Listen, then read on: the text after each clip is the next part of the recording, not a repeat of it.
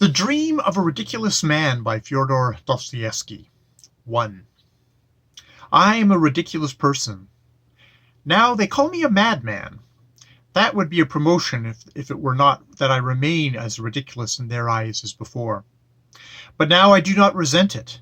They are all dear to me now, even when they laugh at me, and indeed it is just then that they are particularly dear to me. I could join in their laughter, not exactly at myself, but through affection for them, if I did not feel so sad as I look at them. Sad because they do not know the truth, and I do know it. Oh, how hard it is to be the only one who knows the truth. But they won't understand that. No, they won't understand it. In old days, I used to be miserable at seeming ridiculous. Not seeming, but being.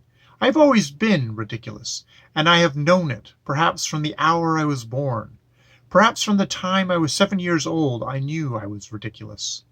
Afterwards, I went to school, studied at the university, and, do you know, the more I learned, the more thoroughly I understood that I was ridiculous, so that it seemed in the end as though all the sciences I studied at the university only existed to prove and make evident to me as I went more deeply into them that I was ridiculous.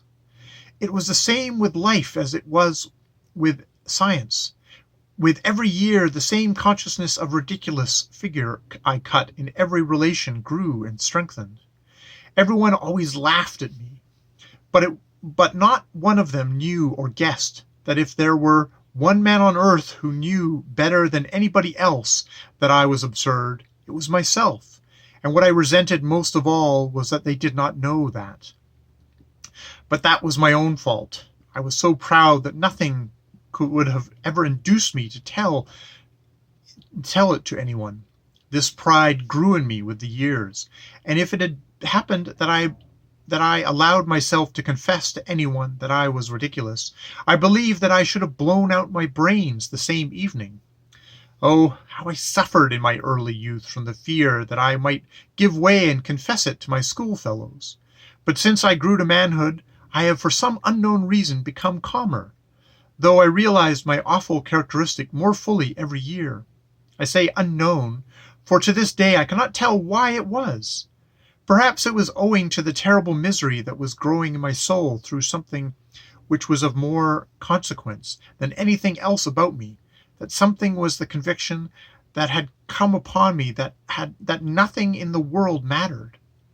I had long had an inkling of it, but the full realization came last year almost suddenly. I suddenly felt that it was all the same to me whether the world existed, or whether there had never been anything at all. I began to feel with all my being that there was nothing existing.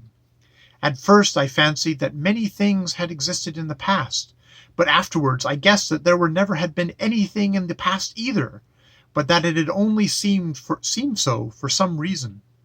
Little by little, I guessed that there would be nothing in the future either. Then I left off being angry with people and almost ceased to notice them.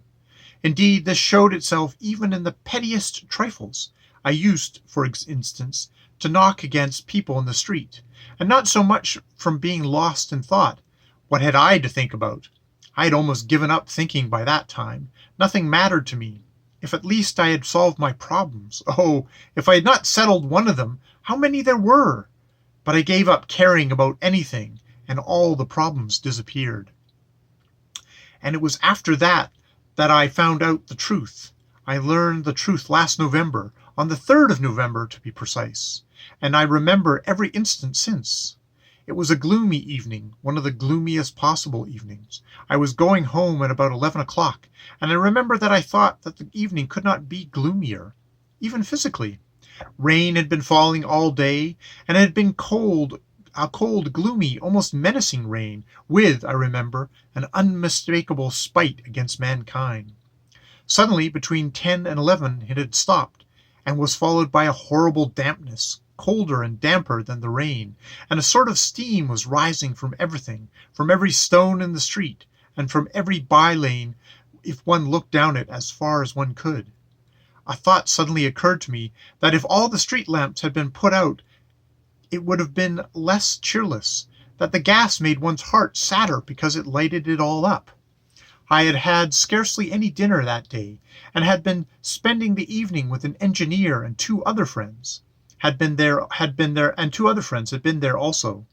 I sat silently. I fancy I bored them.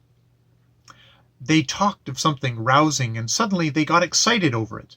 But they did not really care, I could see that, and only made a show of being excited. I suddenly said as much to them. "My friends," I said, "you really do not care one way or the other." They were not offended, but they all laughed at me. That was because I spoke without any note of reproach, simply because it did not matter to me. They saw it did not, and it amused them.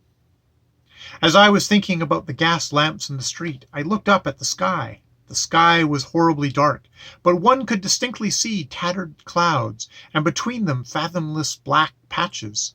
Suddenly I noticed in one of these patches a star, and began watching it intently. That was because that star gave me an idea. I decided to kill myself that night. I had firmly determined to do so 2 months before, and poor as I was, I bought a splendid revolver that very day and loaded it. But 2 months had passed, and it was still lying in my drawer.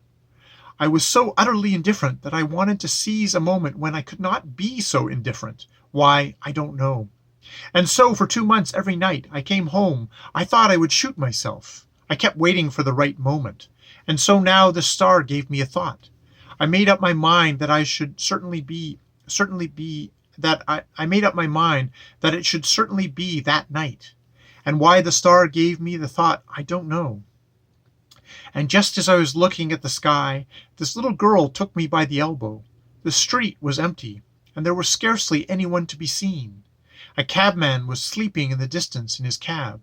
It was a child of 8 with a kerchief on her head, wearing nothing but a wretched little dress all soaked with rain. But I noticed particularly her wet, broken shoes, and I recall them now. They caught my eye particularly. She suddenly pulled me by the elbow and called me. She was not weeping, but was spasmodically crying out some words which she could not utter properly, because she was shivering and shuddering all over. She was in terror about something, and kept crying, "Mommy, Mommy!"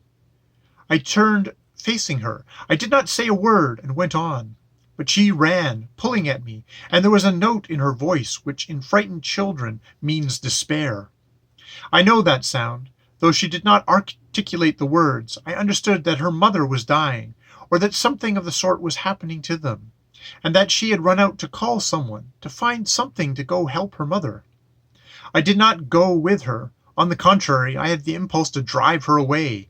I told her first to go to a policeman. But clasping her hands, she ran beside me sobbing and gasping, and would not leave me. Then I stamped my foot and shouted at her. She called out, "Sir, sir!" but suddenly abandoned me and rushed headlong across the road. Some other passer-by appeared there, and she evidently flew from me to him. I mounted up to my 5th story. I have a room in a flat where there are other lodgers. My room is small and poor, with a garret window in the shape of a semicircle. I have a sofa covered with American leather, a table with books on it, 2 chairs and a comfortable armchairs, as old can be, but of good old-fashioned shape. I sat down, lighted the candle, and began thinking. In the room next to mine, through the partition wall, a perfect bedlam was going on. It had been going on for the last 3 days. A retired captain lived there, and he had half a dozen visitors, gentlemen of doubtful reputation, drinking vodka and playing stoss with old cards. The night before there had been a fight, and I know that 2 of them had been for a long time engaged in dragging each other about by the hair. The landlady wanted to complain, but she was in abject terror of the captain. There was only one other lodger in the flat, a thin little regimental lady on a visit from Petersburg, with 3 little children who had taken ill since they came into the lodging.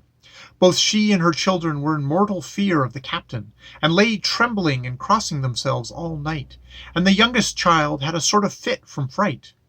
That captain, I know for a fact, sometimes stops people in the Nevsky Prospect and begs. They won't take him into service, but strange to say, that's why I'm telling this, All this month that the captain had been here, his behavior had caused me no annoyance. I have, of course, tried to avoid his acquaintance from the very beginning, and he, too, was bored with me from the first. But I never care how much they shout the other side of the partition, nor how many of them there are in there. I sit up all night and forget them so completely that I do not even hear them. I stay awake till daybreak, and have been going on like that for the last year. I sit up all night in my armchair at the table, doing nothing. I only read by day. I sit. I don't even think. Ideas of a sort wander through my mind, and I let them come and go as they will. A whole candle is burnt every night. I sat down quietly at the table, took out the revolver, and put it down before me. When I had put it down, I asked myself, I remember, "Is that so?" and answered with a complete conviction, "It is. That is, I shall shoot myself." I knew that I should shoot myself that night for certain, but how much longer should I go on sitting at the table I do not know. And no doubt I should have shot myself had it not been for that little girl.